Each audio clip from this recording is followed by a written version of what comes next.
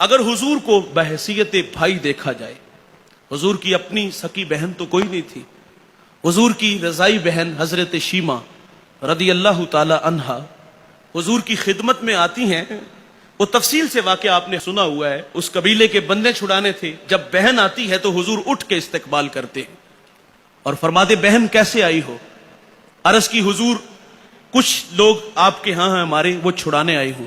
تو حضور نے فرمایا بہن زحمت کیوں کی؟ آپ کسی کے ہاں پیغام بھیج دیتی تو میں محمد سارے ہی چھوڑ دیتا۔ اور پھر بہن کو بہت سارے تحائف دیے، دروازے تک چھوڑنے آئے۔ پھر صحابہ کو جمع کر کے جملہ کا ارشاد فرمایا میں جب بھی قیدی چھوڑتا ہوں تو مشورہ لیتا ہوں، لیکن آج مشورہ نہیں لیا۔ عرض کی حضور ہماری مجال بھی کیا ہے، لیکن ارشاد تو فرمائے۔ ارشاد فرمایا آج میرے دروازے پر میری بہن آ گئی تھی۔ اور آج ہم دیکھ لیں ہمارا بہنوں کے ساتھ رابطہ کیسا ہے۔ ہمارے گھر میں ہماری بہنیں 6 مہینے بھی نہ آئے تو ہمیں پرواہ بھی نہیں ہوتی۔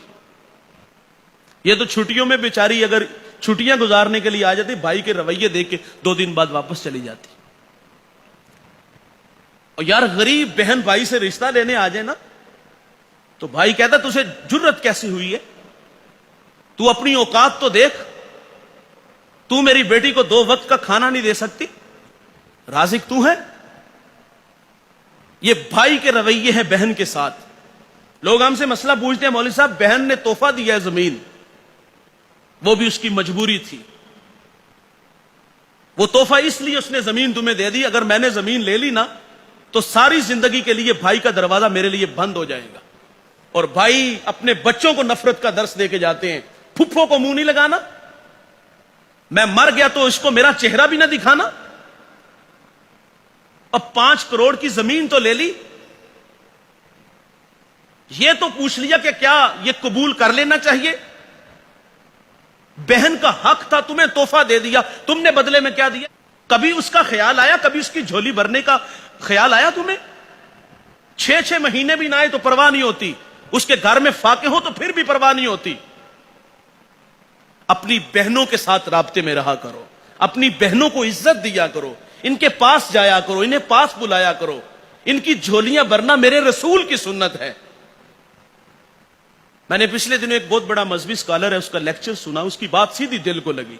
وہ کہتے ہیں میرے پاس ایک شخص آیا، لاہور سے اس کا تعلق تھا، کروڑ پتی آدمی تھا، اس کو بلڈ کینسر تھا، زندگی موت سے لڑ رہا تھا، اور اس نے دعا کی درخواست کی۔ کہا کہاں سے آئے؟ کہا لاہور سے۔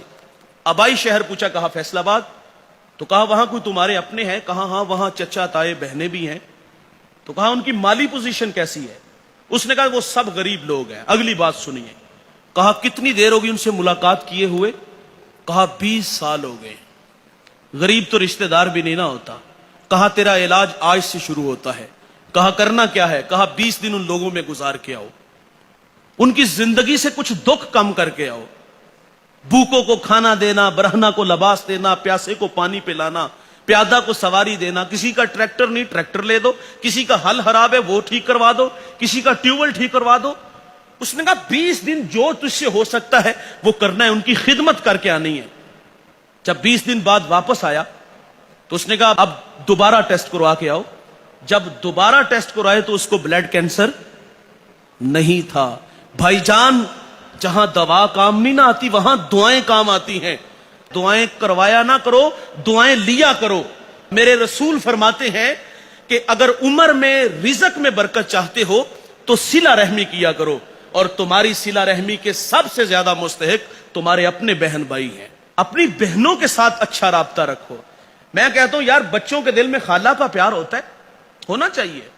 بچوں کے دل میں پھپھو کا پیار کیوں نہیں آتا؟ یہ ایک سوال ہے۔ بچوں کے دل میں خالہ کی محبت ہے، پھپھو کی کیوں نہیں؟ اللہ کے فضل سے میرے بچوں کی عادت ہے جب میری بہنیں گھر آتی تو وہ پھول لے کے استقبال کرتے۔ اپنے بچوں کو اپنی بہنوں کی محبت سکھاؤ۔ تو حضور صلی اللہ علیہ وسلم اپنی بہن کے لیے کتنی محبتیں رکھتے ہیں۔ فرماتے تو کسی کے ہاں پیغام بھیج دیتی میں سارے ہی چھوڑ دیتا۔